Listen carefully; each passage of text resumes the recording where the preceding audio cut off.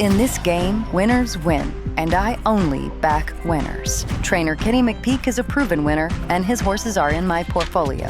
And now they can be in yours too. McPeak's champion horses and Derby hopefuls are now featured on Morning Line. With Morning Line, I don't just watch the race. I own the moment. I invest in champions. This is my edge. Buy, sell, trade, anytime. Morning Line. Own the game.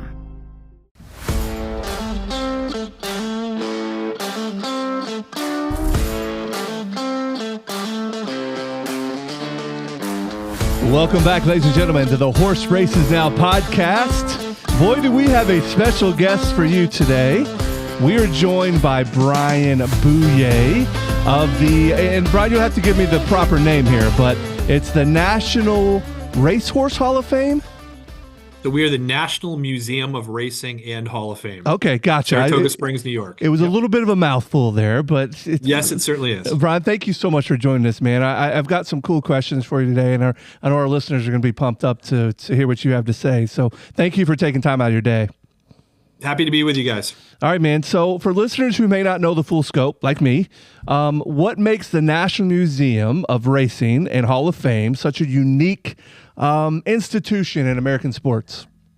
Yeah, so if you think about it in comparison to other sports, we are the Cooperstown of horse racing. If you're thinking about it in baseball terms, or we're the Canton, Ohio, for football, that sort of thing. So we're the National Hall of Fame. We were established in 1950, right in Saratoga Springs, New York. We're located directly across the street from Saratoga, from the oldest thoroughbred track in the country.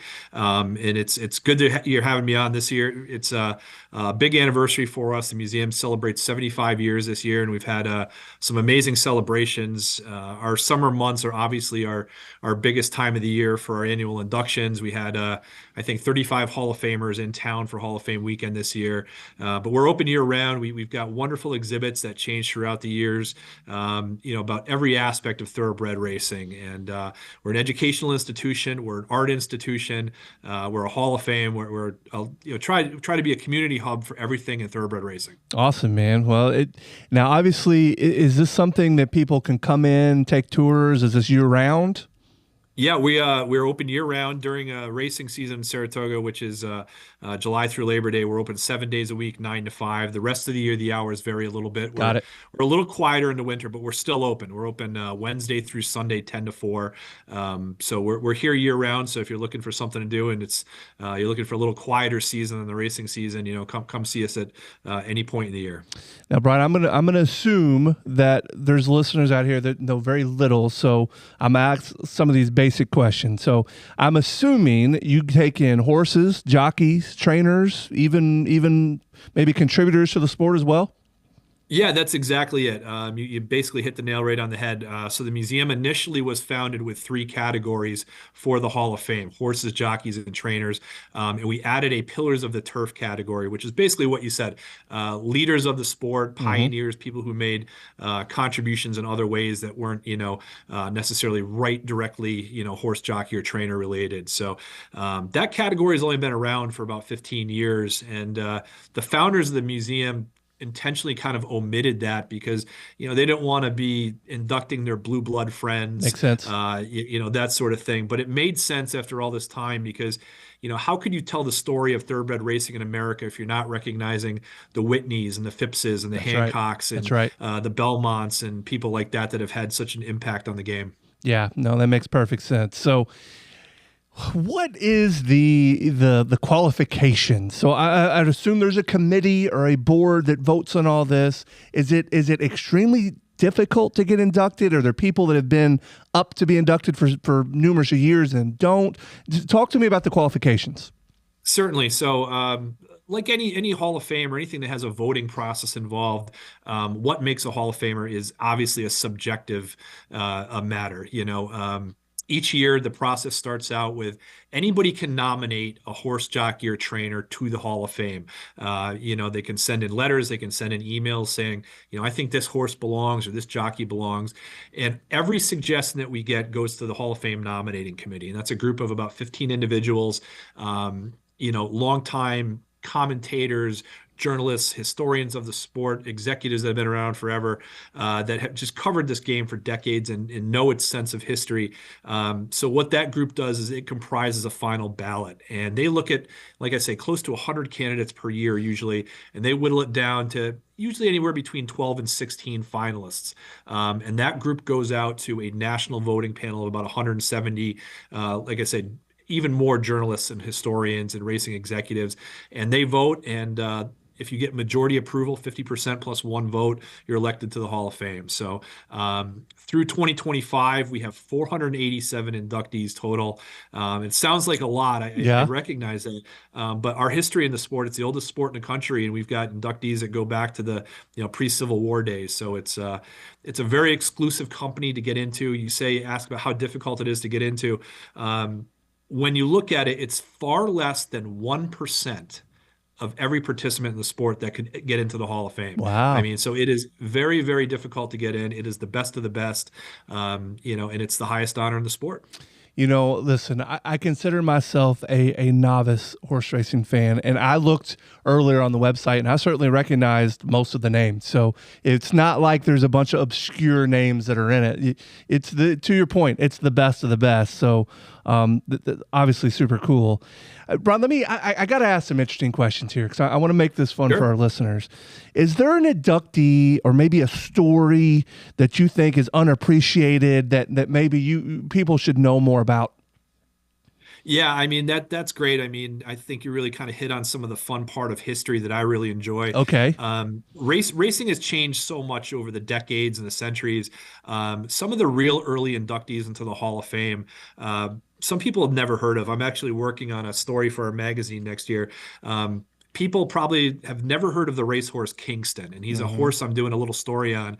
And what makes him pretty unique is he holds the all-time record in the sport. He won 89 races in his career. Okay. Most horses can't even imagine running 89 times. Right. Yeah, it's not bad. He ran 138 times, and he won 89 of them, but he was only worse than third 4 times. So this was a horse that over a 9-year period, he was first, second, or third in 134 of 138 starts. And we're talking he would run sometimes 3 times in a week. Some of those races would be as long as 2 miles. So it's just a real interesting story. There's so many like that throughout history. We've got some fascinating steeplechase inductees in our Hall of Fame, but just every Hall of Famer has kind of a unique background, a unique story about, what got them to this point in their journey to get to this honor. So, but I thought Kingston would be kind of a fun story to tell you just right there. A lot of people say, what's the most wins a horse ever had? And very few people could tell you the name Kingston, but he's a remarkable horse that ran in the mid 1880s and early 1890s. And there's a lot of fun stories like that out there. I always think of Secretariat or Man of Wars, with some of those horses that are a little bit more well known. But that's cool. I'm gonna have to look up some Kingston facts. That's pretty cool. But that leads me kind of to my next question. How do you balance honoring kind of legends, horses that ran so long ago, so legends of the past, with recognizing modern stars who fancy running today? Yeah, I mean, it's really kind of comparing apples to oranges, when you're looking at comparing these horses and jockeys and trainers of different eras.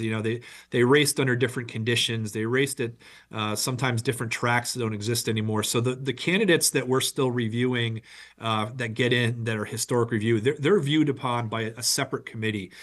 So we have that contemporary committee that looks at the modern horses, jockeys, and trainers that have competed within the past 25 years, the past quarter century. But then we have specialized committees. So we have a historic review committee that each year they kind of look at a specific era. This year we looked at the era of 1900 to 1959. Okay. Next year they'll be looking at 1960 to 2000. And it kind of rotates if we're looking at something specialized. 2 years ago we looked at pre-1900 candidates. So we have committees that we set up, people who are kind of experts in those eras, historians that do research for books and projects and documentaries within those eras. genres are chosen because of their unique knowledge. We've got a great voting panel, but a lot of the people who are covering the sport today or around it today, they don't really have that depth of knowledge that could look at, an era from 1920 to really tell you if those kind of candidates are relevant. So we have a specialized committee that views the steeplechase inductees. That committee meets every couple of years. And the Pillars of the Turf is a specialized group as well. So those three genres are just kind of a little different than the main contemporary body. All right, so I've got a couple horses come to mind. I've mentioned Secretariat, Ruffian, American Pharoah. What separates the icons, right, from kind of just really a great horse that isn't quite Hall of Fame caliber? What's the separator, or is that just too tough to tell? It's subjective, I mean, that's what makes Halls of Fame so interesting and such fiercely debated topics because, we don't give the voters a specific, hey, they have to have won X amount of races, or they had to win a Kentucky Derby or win an Eclipse Award or a Breeders' Cup. Right. Everybody kind of has a different opinion of what makes a great horse, what makes a great trainer. If you look at the Hall of Fame trainer rosters, we've got some trainers in there that have won 6,000, 7,000 races, others that only won a few hundred, and a lot of it is dependent upon, did they run a public stable? Did they run a private stable? What era did they compete in? What was their goal? Some guys out there prefer to have a smaller barn. Other guys can run operations that are, throughout the country, all over the place. So there's not one thing. I think greatness is really hard to define. I kind of view it as, you know it when you see it. Okay. That's kind of my approach. But it's debatable. There's a lot of candidates that have been on the Hall of Fame ballot the last few years that some people can't understand why they haven't gotten in yet, and others that people are shocked when somebody gets in. So it's subjective, and it's a lot of fun to have those debates. I think it's one of the great things in the sport. People are very passionate about what gets you to that ultimate honor, and it's something that we see every year, and the fans discuss it, and the media discusses it, and it's always interesting topics of conversation. So, Brien, I know this is part of your deal and your gig here. So, hopefully you've got a good answer to this one, but how important is the storytelling side? So the human element, kind of in preserving racing history. I know this is a lot of what you do, but how important is that storytelling piece? I think it's essential. And I think it's any part of history, whether you're at a sports museum or covering something culturally, documenting these stories and documenting these horses is it's what we do here. And, a perfect example, one of our board members, Stella Thayer, who's the president of Tampa Bay Downs, she was our museum chairman for a number of years, and coming up on our 75th anniversary, she said, this museum has always done a great job of recognizing that history and preserving it and promoting it to the sport and the people in general. But let's do something special for this year. So she wanted us to chronicle the history of American racetracks. So we put together a book, 440 pages chronicling, great tracks of the past, modern ones, what the future of the racetracks are going to be. And, we got together with about 35 different writers, and we put that out. So it's definitely our job, and something we're passionate about is, telling these stories, telling, what has made racing so special, culturally, and how it's impacted America in sports. All right, Brien, a couple of quick questions about the museum. What are the most popular exhibits in the museum right now? So I think we have pretty much something for anybody who's, whether you're a novice, you're just learning about the sport, or you're somebody who's been going to the track for your whole life. My favorite aspect is the actual Hall of Fame theater itself. We did a big renovation on this area right around the time that COVID hit. And we took our Hall of Fame, which was basically, plaques on a wall, and we turned it into an interactive theater with a 360-degree signature film. And on top of that, what we did was we changed the plaques from being, just standard Hall of Fame plaques to digital interactive stations. So you talked about Secretariat and American Pharoah. Now, instead of just seeing a plaque on a wall, you can go up and you can hit a touch screen. Oh, cool. And you can play videos. You can see Secretariat winning the Belmont in the stretch. You can see American Pharoah, going to glory. But you can get achievements. You can get photo galleries.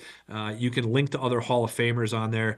And one of the really really unique things about our sport is the jockeys and trainers can still be active when they're inducted into the Hall of Fame. So, if you thought about it, I always tell this example. People ask, well, why would you change this instead of just having the plaques? I say, well, Mike Smith got into the Hall of Fame in 2003.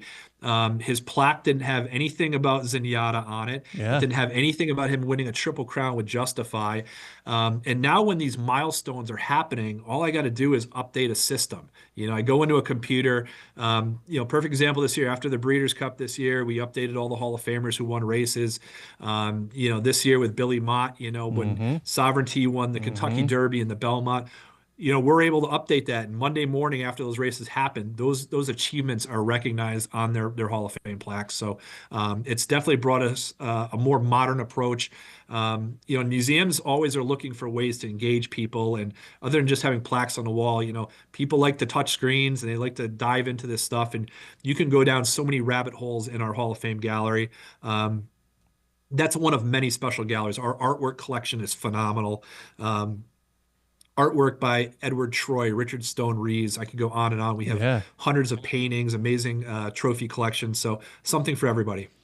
My son and I recently went to the Muhammad Ali Museum here in Louisville, Kentucky, and they had a station where you could watch every single one of his fights. And you hit a button and it'd pull up the fight. I thought that was so cool. So you're saying there's maybe something similar there where, like, if I go to the American Pharaoh section, I can watch the races?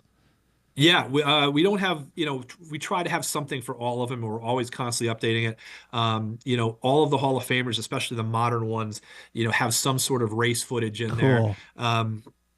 We also have a separate interactive for the Breeders' Cup. So the Breeders' Cup is now has celebrated 40 years. We've got an interactive station where you can play every race in the history of the Breeders' Cup. You got a favorite horse that's won on the championships. Just go up and search it and play it. So Awesome. that's definitely something. Embracing that technology has been big for us. Is there anything upcoming? Maybe it's digital, maybe not. That people that are like coming or people that may be coming to the museum in the near future would be excited about. Yeah, 2026, we've got a slew of exhibitions that are going to be very exciting. One of them is going to honor Barbara Livingston, who's had an amazing half-century career in the sport. Her photography is amazing, but further than that is she's also a great historian of the sport, and she's bought several photography collections. So we're going to have a wonderful exhibition about her stuff. Excuse me. Coming next year, we're going to have an exhibit on the great artist Alfred Munnings, and our exhibits change every few months, so we've always got something to look forward to.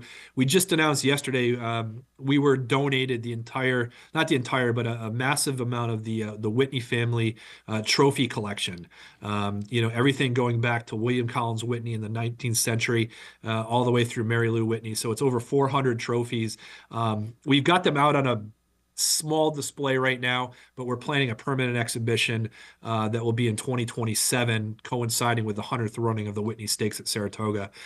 So we're constantly working on exhibitions, and things are always moving around here. Okay. To that point, what is the coolest artifact you've ever held or seen that's come through the museum? Wow. We've got a lot of stuff that's just simply amazing. Paul Mellon donated a vast amount of his collection. He's the only owner in history to win the combination of the Kentucky Derby, the Epsom Derby, and the Arc de Triomphe. And we have all of those trophies in our museum, which is pretty sweet. awesome. Yeah. The part of the Whitney collection that we just received, one of the trophies is Regret's 1915 Kentucky Derby trophy. She was the first filly to win the race, so it's one of the most important artifacts in the sport's history. But I love the artwork. There's an amazing painting by Franklin Voss of Man o' War. Richard Stone Reeves' iconic Secretariat painting is here. Mm-hmm. We've got paintings of Lexington and Boston, some of the great horses of the 19th century. It's just, you could spend days here just going through the collection and just marveling at all the different aspects that we have. We got a lot of stuff. You'd mentioned Seabiscuit. If you're a fan of the movie, we've got the actual leg brace that Red Pollard fastened after he came back from injury to get himself back on the horse. We've got trophies from Secretariat. We've got original silks. We've got a great painting of him by Voss as well. So you name it, we've probably got some aspect of it, in our collection. All right, you mentioned this. It may have been Kingston, the horse you mentioned earlier, but I'm going to ask you a question here. If Hollywood made one blockbuster movie about a racing legend, whose story deserves to be told that maybe hasn't been out there yet? Oh, wow. There have been some good ones. I mean, oh boy, that is a good one. I've always been a huge Man of War fan. Yeah, okay. Yeah. I would love to see something about him. It's probably more of a documentary style than Hollywood because he wasn't this underdog horse like Seabiscuit that came along. Right. So it might not be the pull at your heartstrings type thing, but I would love to see something on Man of War. I think Regret would make a fascinating story. This filly that came along and kind of broke the glass ceiling for female horse. You see it all the time modern, Rachel Alexander and Zenyatta, and all the great horses that have come along, Songbird, the fillies. But before that, there was Regret, and what she did breaking through to win that Derby, not only was big for fillies, but it really made the Kentucky Derby a national race. Yeah. It had been kind of a regional race before that, and it was important, but it certainly wasn't the race that we know it to be today. And she really made that happen. All right. One of the reasons this podcast is popular is when Kenny is on, he's an open book. Like, he doesn't hold back. He doesn't give you the political answers. He's very honest and open, and to the point it gets him in trouble a little bit, but he's going to tell you how he feels. So I'm going to ask you to do the same here. You've got a unique perspective. You're not a trainer. You're not necessarily, and you may own horses, but from your perspective, where are we at in the state of horse racing today? Now, obviously, you work on the history and studying horses in the horse racing industry, but in your opinion, what challenges, where do we stand in the horse racing industry currently? It's a big question, and this is something we could talk about for hours. Yeah. I'm an optimist about the future of the sport. I'm not an apologist. I understand there are so many issues, but I think in general we have good people in the sport that are working on them. You could look at racetracks that are closing. You could look at doping issues and integrity issues, and these are things that we need to keep working on. We are by no means at the finish line, but I see so many wonderful stories out there, and I see racing partnerships, I think, has been such a great thing for the sport to get fans that turn into this and they have something invested, whether it's something small, like you're going through My Racehorse or something like that, or some of the bigger syndicates, West Point or Eclipse. They give people the opportunity to have ownership in the sport and to have a stake in it. And I think that's incredibly important. And I see the investment in the sport in a lot of places. Churchill Downs has put so much money into that track and everything they're doing there. Keeneland is making major investments. I believe they put in close to $100 million to upgrade their facilities. We're seeing it in New York with a new Belmont Park. We're going to see a new Pimlico. Oaklawn is doing amazing things down there with their plant and everything. So I think the modernization of the tracks is something that, we should be really excited about. Now, there's obviously, that's not something you see at every track. There's a lot of tracks that need a lot of work. There's some that are probably going to close over the next few years, but I'm hopeful that we're going to have modern sports facilities that are going to attract some new fans. And I think when you have partnerships and good social media outreach that, in certain ways we are moving in the right direction. There's so much work to do.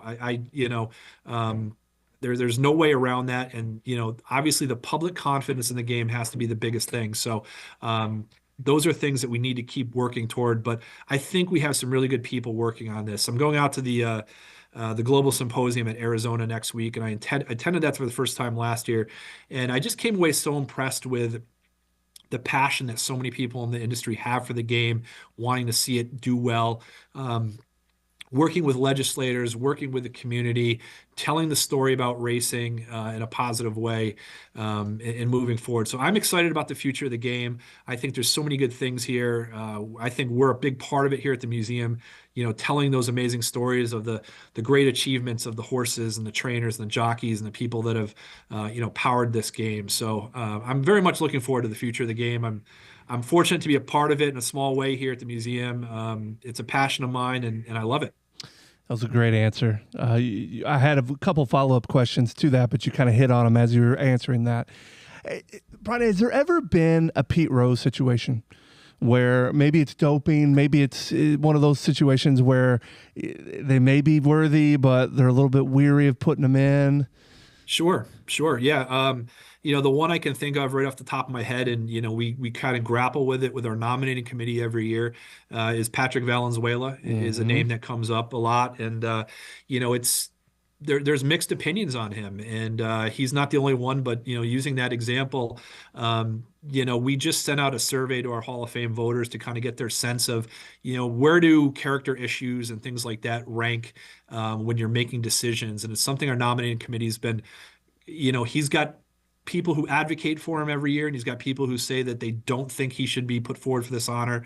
So it's one of those things where the museum's executive committee doesn't want to lay down a hard policy to say, no, these type of people can't get in. We're going to try to leave it up to the committees and the voters to make these decisions. But there are definitely controversial candidates. We ran into it with some trainers who have had either doping violations or other sort of character issues, and whether it's people who are already in the Hall of Fame or people who are up for nomination, every couple of years there's kind of something that pops up that people say, we need to take a strong look at this candidate. Should they be on the ballot? Should they be in the Hall of Fame? So it definitely happens, but probably the one that gets the most controversy right now, I would say, is Patrick Valenzuela. Makes sense. He's going to kill me for asking this question, but what do we got to do to get Kenny McPeak in the Hall of Fame, Brian? This is my personal opinion, and I'm not speaking as, I have no vote on the committee or anything like that. Kenny got onto the ballot for the first time last year, became a finalist. Obviously, I think he's got a tremendous record. He's so good for the game. He has my vote. I will tell you that right now. Okay. He has my vote. Fair enough. And I think when you look at people who get on the ballot, sometimes it takes a couple of years. It's very rare that a trainer gets on the first year and is in a slam dunk. It happened with Todd Pletcher, obviously. Makes sense. But, you don't get too many of those guys that come along. But, I look at the ones who've gotten in. Mark Cassie had to wait 3 or 4 years before he had his big year that he won both the Preakness and the Belmont in the same year, and that pushed him over. I think Kenny's right there. I ran into him at Saratoga this summer, and I said, "Hey, I think you're in good shape here sooner or later." I think with him, it's a matter of when, not if. He will be unbelievably honored. I can tell you that. All right. So, is there a Hall of Fame story, Brian, that gives you goosebumps every time you tell it? I don't know about one specific story, but one of the cool things I get to do with my job is when we find out who has been voted in, I usually make the phone call to the inductee to let them know that that's got to be an awesome deal. It's so cool because that's a call. Like sometimes when you're calling people and you're from a museum or something, but they want to get this call, obviously, so when around that time. One of the great ones I had was when I got to call Ramon Dominguez and let him know that he'd gotten in, because Ramon's career ended earlier than it should have because of injury. And it was just a real emotional call to let him know that, he'd been recognized, with this pinnacle honor. And it was really emotional, and I got choked up. And, Ramon has been such a great ambassador for the sport, and his record obviously is as a Hall of Famer, no doubt. But, it meant a lot to be able to tell him that. And it's the same with everybody that I get to make this call to. Now, sometimes I don't make the call. If somebody has a great relationship with somebody that they want to make the call to them, I think that's a lot of fun too. A couple of years ago, Fernando Toro, the West Coast jockey, got into the Hall of Fame after a long time. He's in his 80s. The Historic Review Committee put him in. And we had a great opportunity to record a little thing with Jay Privman and Jay Hovde. They went over to his house and they told him that he was going to sign some pictures for an auction. He was signing them. And Privman said to him, he goes, "Hey, can you write Hall of Fame on that for everybody?" And he's kind of paused for a second. He looked up and he goes, "You're in, buddy." And it was one of the most emotional things. It just brought tears to my eyes when I saw it. And Fernando was going nuts, and they were hugging each other. It's a great clip. You can find it online under Jay Privman's social media. But it was one of the best emotional things I've ever seen. Brian, you just gave me chills. Like literally, that what you painted such a cool picture there. That is awesome. So maybe we can work something like that with Kenny one of these days. We'll see. That is super cool. And hey, maybe we keep growing the sport here a little bit. We'll be the very first podcast ever inducted. Who knows, Brian? You never know. Hey, you never know. We do have a media roll of honor. Hey, so, you never know. You never maybe know. Down the line, absolutely. Okay, so last two questions here. We'll let you go. You've been awesome with your time today. After all these years studying the sport, what does horse racing mean to you personally?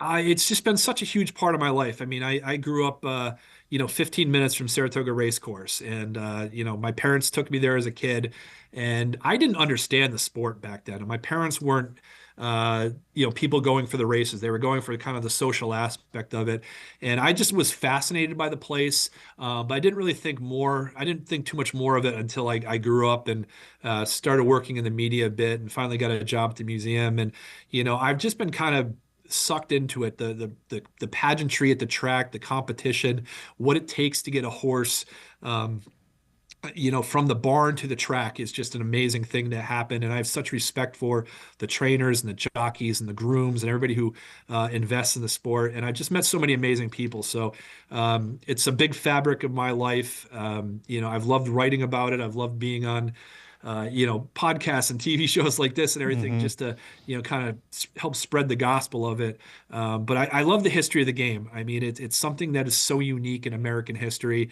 The tracks, the horses, you get the opportunity to go visit some of these horses at farms when they're retired.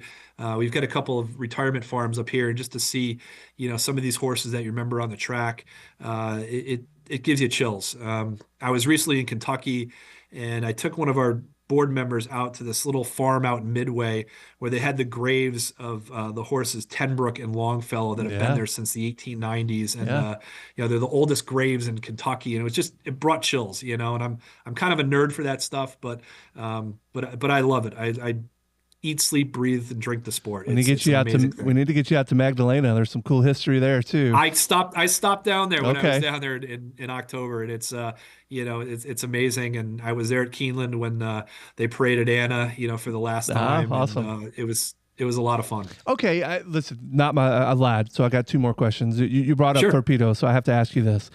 If you're projecting kind of horses in the future, right? Now, Torpedo Anna obviously had a Hall of Fame caliber career. Do you believe there's any horses that are currently running, maybe just retired, that could be Hall of Famers? Oh, sure. She's certainly one that's going to be. I hate to say a slam dunk, right. It's 5 years down the road after they retire. And, but I think if you look at her record and you compare her to, the other Hall of Famers that are out there, she certainly belongs in that conversation for strong consideration.